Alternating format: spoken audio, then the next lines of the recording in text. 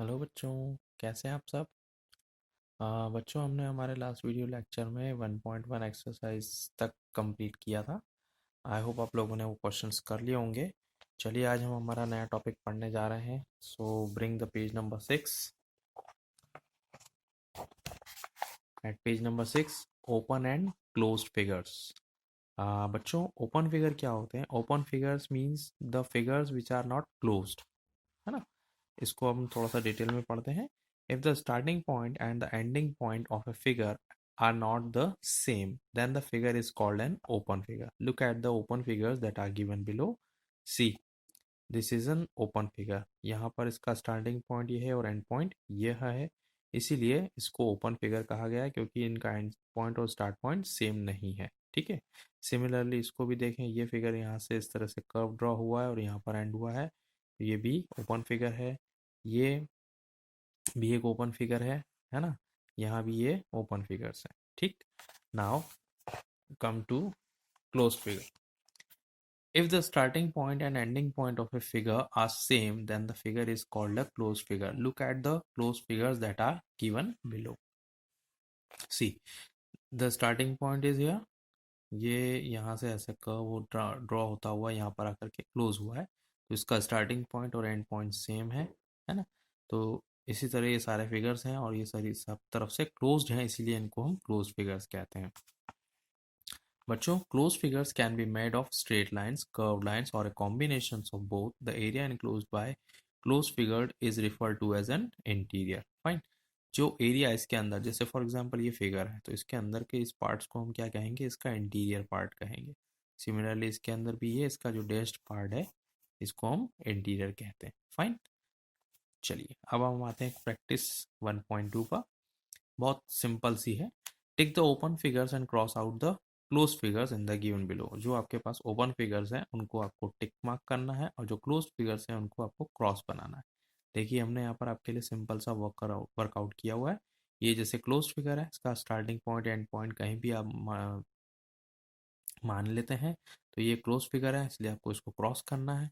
और ये इस तरह से ओपन फिगर बना रहा है ना, तो इसको आपको टिक मार्क करना है। तो इसी तरह से सारे क्वेश्चन किए हैं, आप वीडियो पॉज करके चेक कर सकते हैं।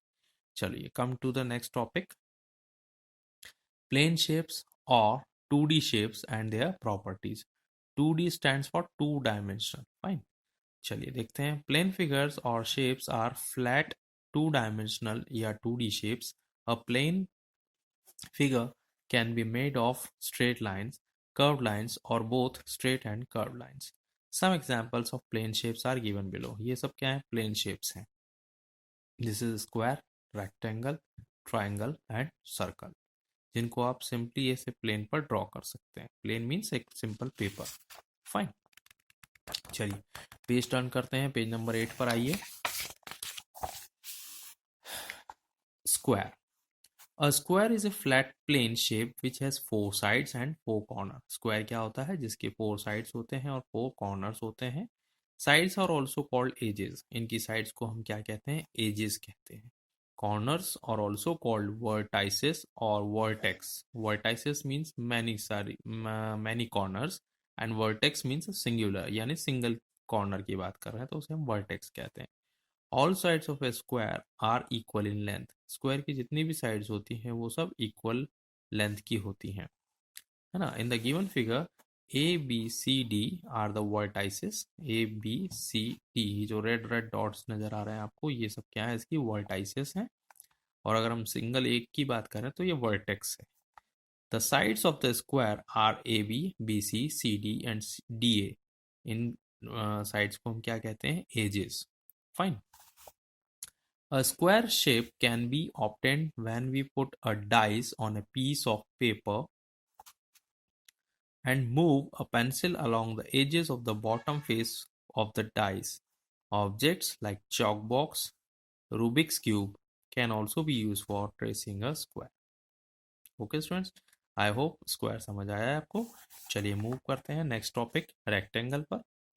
A rectangle has four sides and four vertices. The opposite sides of a rectangle are equal in length. A rectangle has two pair of opposite sides. एक रेक्टेंगल की four sides होती हैं, four vertices होते हैं, बिल्कुल square की तरह ही। Opposite side जो होती है रेक्टेंगल की वो इक्वल होती हैं लेंथ में, है ना। आप इस डायग्राम को ध्यान से देखिए, ये एक रेक्टेंगल बनाया हुआ है, पी क्यू आर एस एक रेक्टेंगल है जिसमें पी क्यू और आर एस ये आपस में इक्वल है, और पी एस और क्यू आर ये आपस में इक्वल है। इसकी भी चार साइड्स हैं, चार वर्टाइसेस हैं, ठीक है। A rectangle has two pair of opposite sides, two pairs, 1 and 2. Fine. Now in the given figure, PQRS are the corners. The sides of the rectangles are PQ, QR, RS and SP.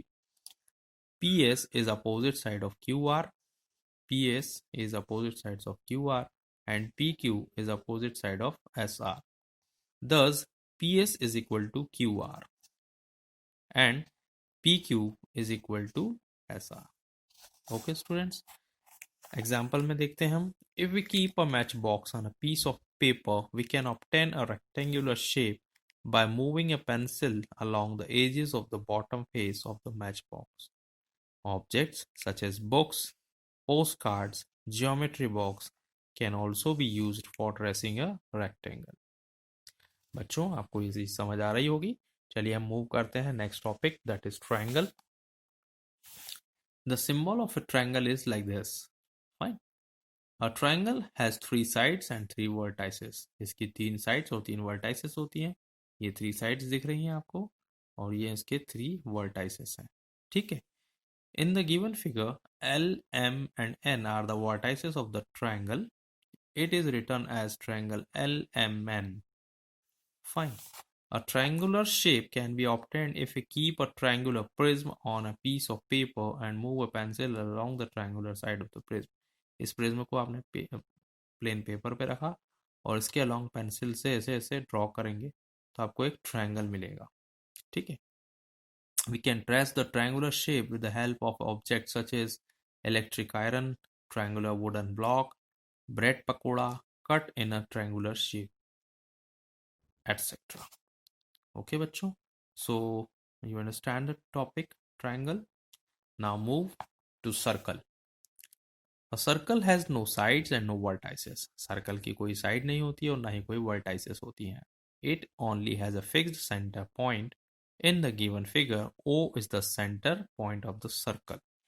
इस point के along एक radius की मदद से आप एक circle को draw कर सकते हैं. We can trace the circular shape by putting a coin, bangle, carom coin, etc. on a piece of paper and moving a pencil around it. आप किसी भी सर्कल को ड्रॉ कर सकते हैं, जैसे आपके पास कोई कॉइन हो, आपके पास बैंगल हो, बैंगल मीन्स चूड़ी, कैरम कॉइन हो जो आप कैरम बोर्ड खेलते हैं उसकी जो गोटियां हैं, उसके अलोंग भी आप कोई सर्कल ड्रॉ कर सकते हैं उसको, उसकी हेल्प से, ठीक है। Now a diagonal join to opposite corner of a square, rectangle or any other straight sided shape. Look at the given figure. If we join the opposite corner of a rectangle, we get two diagonals. देखिए यहाँ ये आपके पास एक rectangle है ए B C D. अगर मैं ए vertex से सी vertex को और बी वर्टेक्स से डी वर्टेक्स को ज्वाइन करता हूँ तो मुझे यहाँ पर दो डायगोनल मिलते हैं। The diagonals of rectangle are equal in length, here A C and B D are the diagonals. Okay students, चलिए नेक्स्ट पेज पे मूव करते हैं। पेज टर्न करिए, page number 10। Similarly, if we draw two diagonals in a square, the diagonals of the square are also equal in length. Here, PR and QS are the two diagonals. We cannot draw diagonals of a triangle and a circle. हम triangle और circle में diagonals नहीं find out कर सकते, नहीं बना सकते। This is PQRS और यहाँ पर PR और QS diagonals. Okay students, so यहाँ पर हम देखते हैं properties of 2D plane shapes. Properties, number of sides, rectangle की 4 होती हैं, स्क्वायर की 4 होती हैं, ट्रायंगल की 3 होती हैं, सर्कल की एक भी नहीं होती। नंबर ऑफ वर्टाइसेस, रेक्टेंगल में 4 होती हैं, स्क्वायर में भी 4 होती हैं, ट्रायंगल में 3 होती हैं, सर्कल में नहीं होती। Are the opposite sides equal, क्या सबकी साइड इक्वल होती हैं? तो रेक्टेंगल में यस अपोजिट साइड्स इक्वल होती हैं, स्क्वायर में भी हो सकती हैं, स्क्वायर में होती ही हैं क्योंकि चारों साइड्स इक्वल हैं तो अपोजिट साइड्स भी इक्वल कहलाएं। ट्रायंगल में मे और मे नॉट भी, इसकी अपोजिट साइड्स इक्वल हो भी सकती हैं और नहीं भी हो सकती, क्योंकि ट्रायंगल आइसोसेलेस भी होते हैं, एक्यूट भी होते हैं, है ना, और इक्विलेटरल होते हैं। तो इक्विलेटरल होगा तो उसकी अपोजिट साइड्स इक्वल हो सकती है। ओके, सर्कल में तो साइड्स होती ही नहीं है। नाउ ऑल आर और ऑल द साइड्स इक्वल, तो रेक्टेंगल में सभी साइड्स इक्वल नहीं होती इसलिए नो, स्क्वायर में सारी साइड्स इक्वल होती हैं इसलिए यस, और ट्रायंगल में मे और मे नॉट भी यस, इक्विलेटरल ट्रायंगल होगा तो सारी साइड्स इक्वल होंगी, सर्कल में साइड्स होती ही नहीं है इसलिए डैश। तो स्टूडेंट्स अब आपके लिए यहाँ पर ये एक एक्सरसाइज है, प्रैक्टिस 1.3, इसको आप होमवर्क में करेंगे, ठीक है स्टूडेंट्स। और हम हमारे नेक्स्ट वीडियो लेक्चर में इसके सॉल्यूशंस के साथ आएंगे, तो आप इसको कंप्लीट करके रखिएगा। पेज नंबर 11 पर भी इसकी एक्सरसाइज है, ठीक है। हम हमारा नया टॉपिक पढ़ेंगे, solid shapes and 3D shapes and their properties. Okay students, till then bye bye.